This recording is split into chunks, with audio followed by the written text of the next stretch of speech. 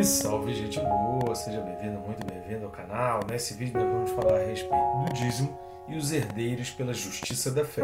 Não sai daí, vem comigo até o final. Vamos junto?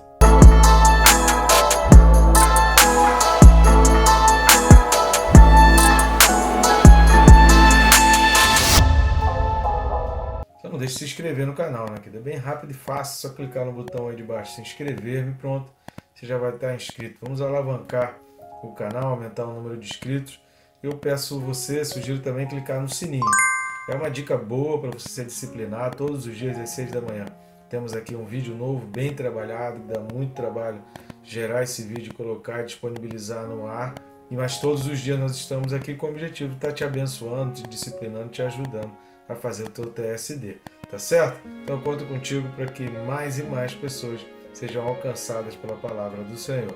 Então vamos junto, texto desse vídeo, Hebreus capítulo 7, e os versículos são 5 e 6. Hebreus 7, versículos 5 e 6, diz assim: Ora, os que dentre os filhos de Levi recebem o sacerdócio, têm mandamento de recolher, de acordo com a lei, os dízimos do povo, ou seja, dos seus irmãos, embora tenham estes descendido de Abraão. Entretanto, aquele cuja genealogia não se incluiu entre eles, recebeu dízimos de Abraão e abençoou o que tinha as promessas. Glória a Deus, né? São muitas informações aqui envolvidas nesses dois versículos que poderiam muito bem ser um versículo só, que é uma informação complementar. Os próximos vídeos vão ajudar muito também a gente a entender. A gente vai falar de alguns aspectos que vão parecer repetitivos, mas vai ajudar muito para a gente entender esse contexto, esse conceito aqui da carta aos Hebreus. Mas antes da gente entrar nos detalhes propriamente dito desses versículos, eu peço as suas ajudas aí ao nosso canal. E você pode fazer isso de várias maneiras. Você pode clicar, como se diz, né, do meu amigo Paulo Figueiredo, faz o triplo C, né, que é curtir, comentar e compartilhar. Curtindo e comentando, se possível já faz isso logo agora, já clica logo aí no curtir. Por isso é importante que você que está assistindo, clique em curtir, clique em comentar, que o YouTube vai entendendo que esse vídeo é relevante e mostra para outras pessoas. E compartilhando, nem eu nem você conseguiria, nem eu nem o YouTube conseguiríamos alcançar pessoas que você consegue alcançar através do teu compartilhamento. E você também pode estar ajudando o nosso ministério, ajudando também o nosso canal, ajudando a melhorar as condições de um modo geral. E esse trabalho aqui que nós fazemos é totalmente independente. E de que forma você pode fazer isso? Clicando nos links que estão aqui embaixo, você vai ter acesso aos nossos livros. São 2 livros que nós temos por enquanto disponíveis aí, que é o mais antigo, vai estar aparecendo aqui do lado as capas deles. O mais antigo é o Quem se Importa com Deus e o mais recente é o Perca Peso Tirando a Trave do Olho. 2 meditações muito profundas. O Quem se Importa com Deus é um livro um pouco menor, mas que faz uma profunda reflexão. Será que a gente está falando a verdade quando a gente diz que se importa com Deus? Só lendo o livro para você meditar a respeito disso. E o outro livro, que é o Perca Peso Tirando a Trave do Olho, mais voltado para a santidade. Explica conceitos, fala de pecados e até de coisas que você nem imaginava que Deus deseja que conserte na tua vida. Tá certo? Vamos lá?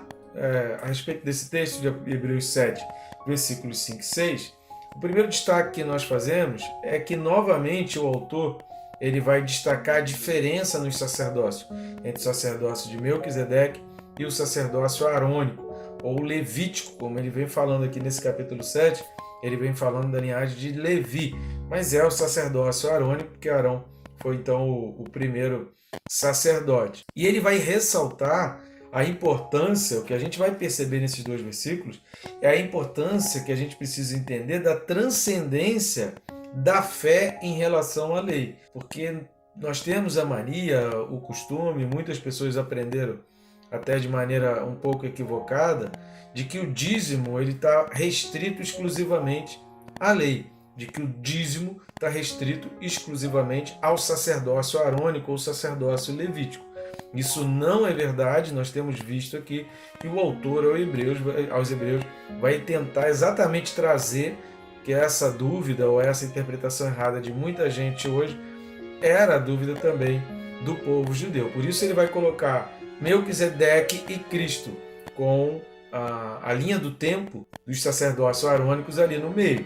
Tá? Então, o autor aqui aos Hebreus, ele faz questão de destacar isso, e ele vai falar sobre isso, a gente vai perceber nesses 2 versículos também, que em outros versículos desse capítulo 7, ele também faz questão de identificar isso e colocar que a fé, nós somos herdeiros de Abraão pela fé, e não herdeiros de Arão pela fé, nós somos herdeiros de Abraão.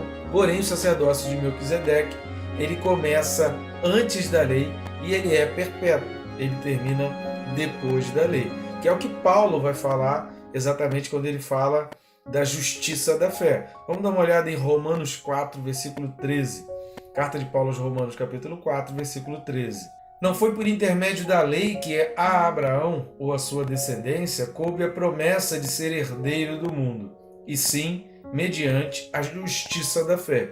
Por que Paulo vai colocar lá no capítulo 4 de Romanos essa questão exatamente da justiça? Porque está se falando de lei. Capítulo 4 de Romanos, Paulo vai falar a respeito da lei, da justificação, que nós não somos justificados mediante a lei.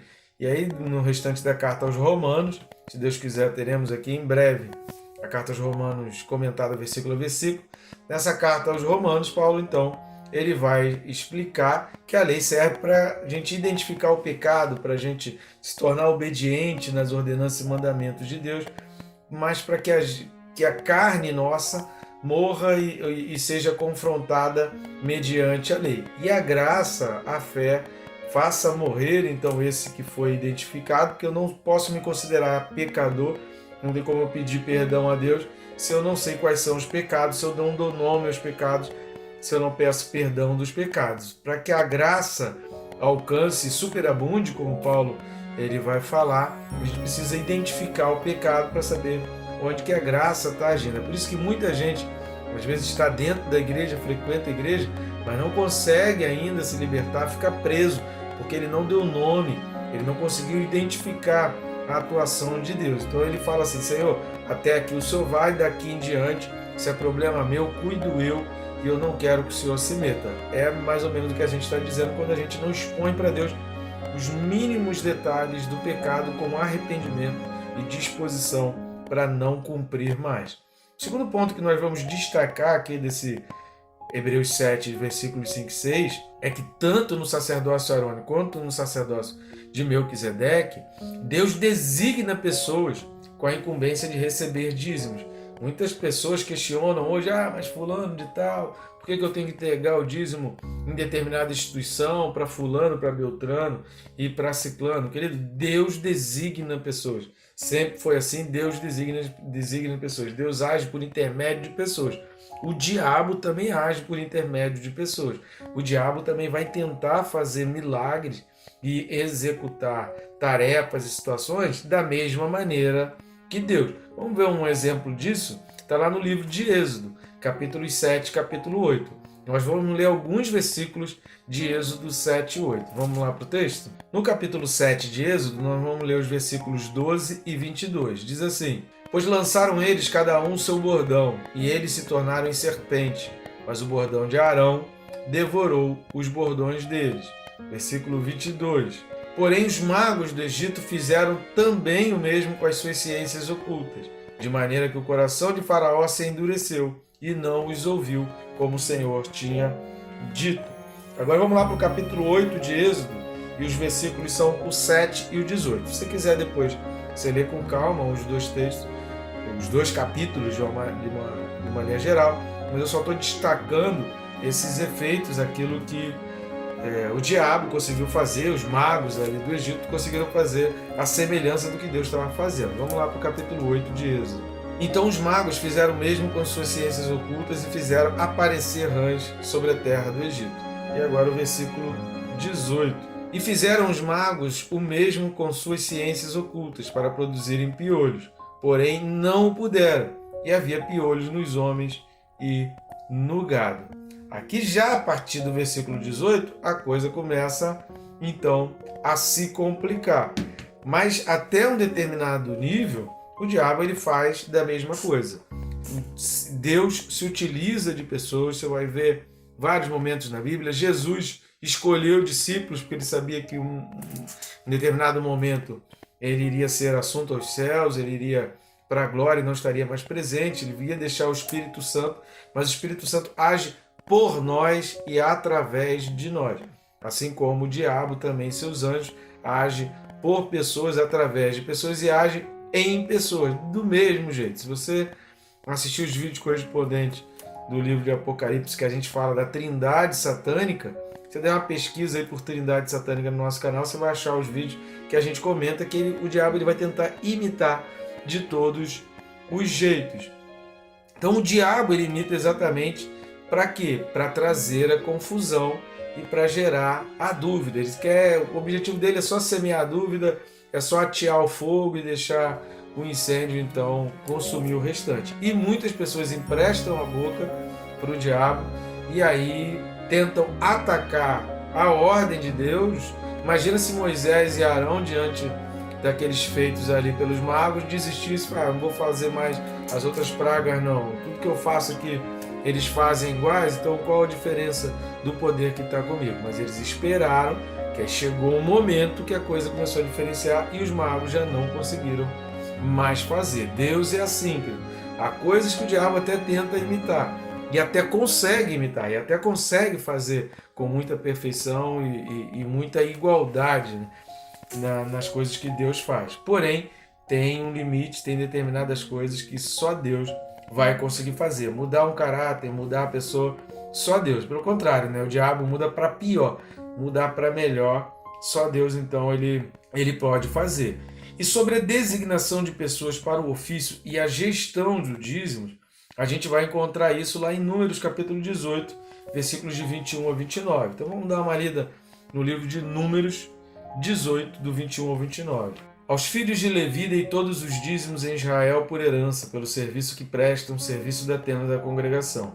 E nunca mais os filhos de Israel se chegarão à tenda da congregação, para que não levem sobre si o pecado e morram. Mas os levitas farão serviço da tenda da congregação e responderão por suas faltas.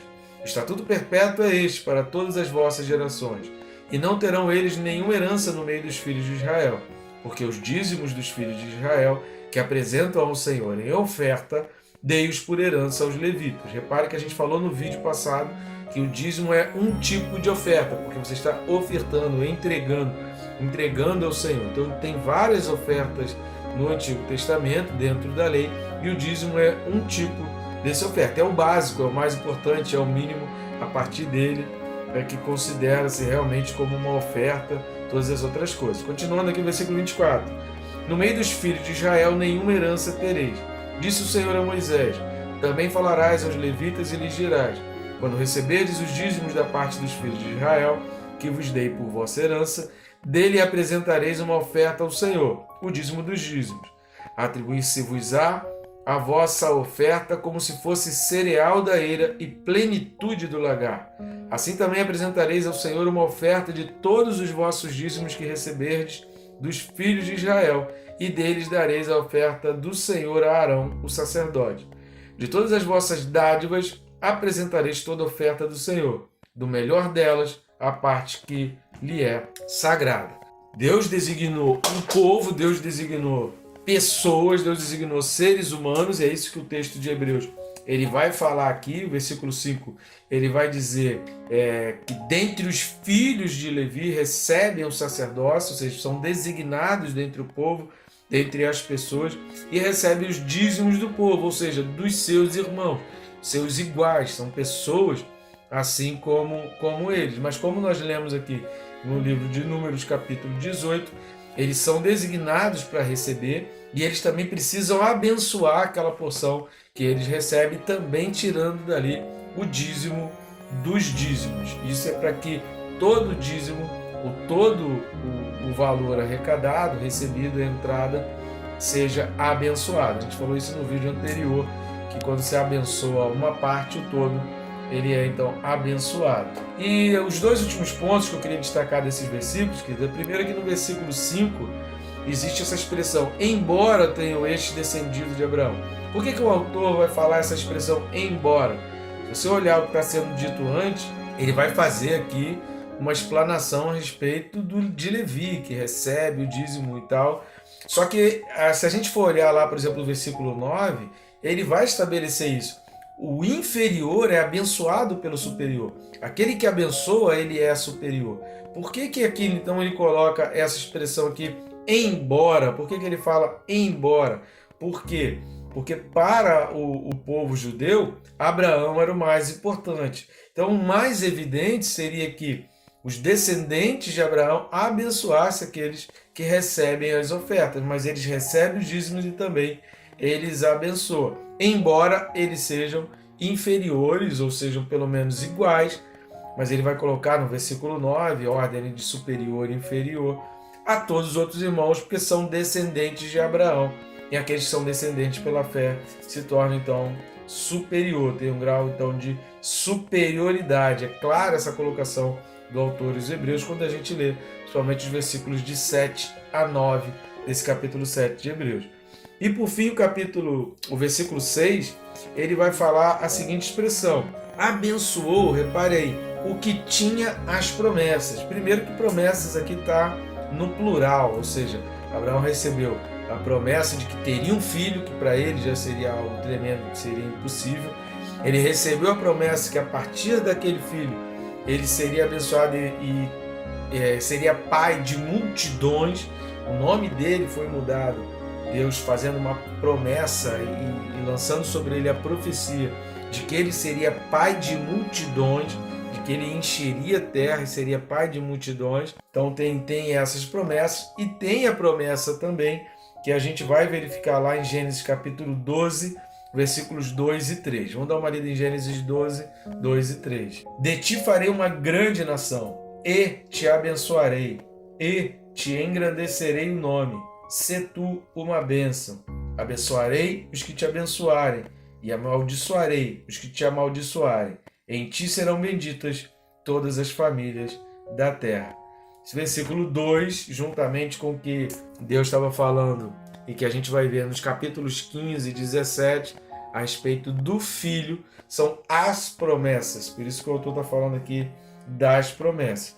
Agora, quando ele fala no versículo 6, entretanto, aquele cuja genealogia não se incluiu entre eles, recebeu dízimos de Abraão. Ou seja, esse ofício de receber o dízimo não é exclusivo da lei, não é exclusivo do sacerdócio arônico, não é exclusivo dos levitas. Muita gente pensa e vai falar a respeito de dízimo e restringe somente a lei, as instruções dos levitas. O que o autor Hebreus está falando aqui é que a entrega dos dízimos, o recebimento do dízimo e a bênção correspondente a essa atitude, que ela é material com efeito espiritual, ela ultrapassa a lei, ela é transcendente, porque ela tanto existia antes da lei, quanto continua perpetuamente.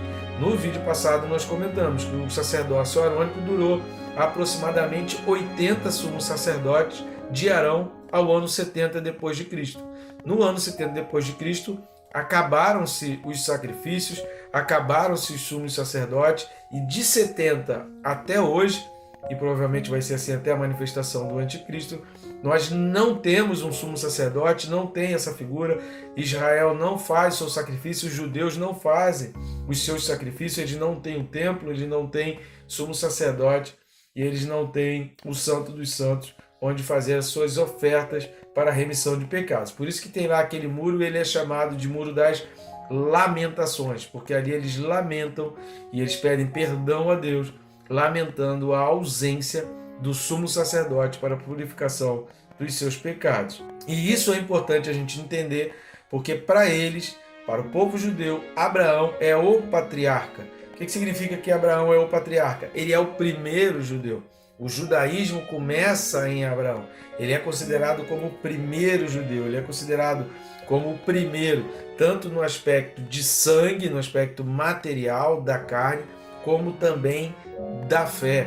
Ou seja, a origem do judaísmo remonta à fé, a justificação em Abraão pela fé, como Paulo vai falar lá em Romanos, que a gente leu no capítulo 4. A justificação pela fé. Abraão foi justificado pela fé.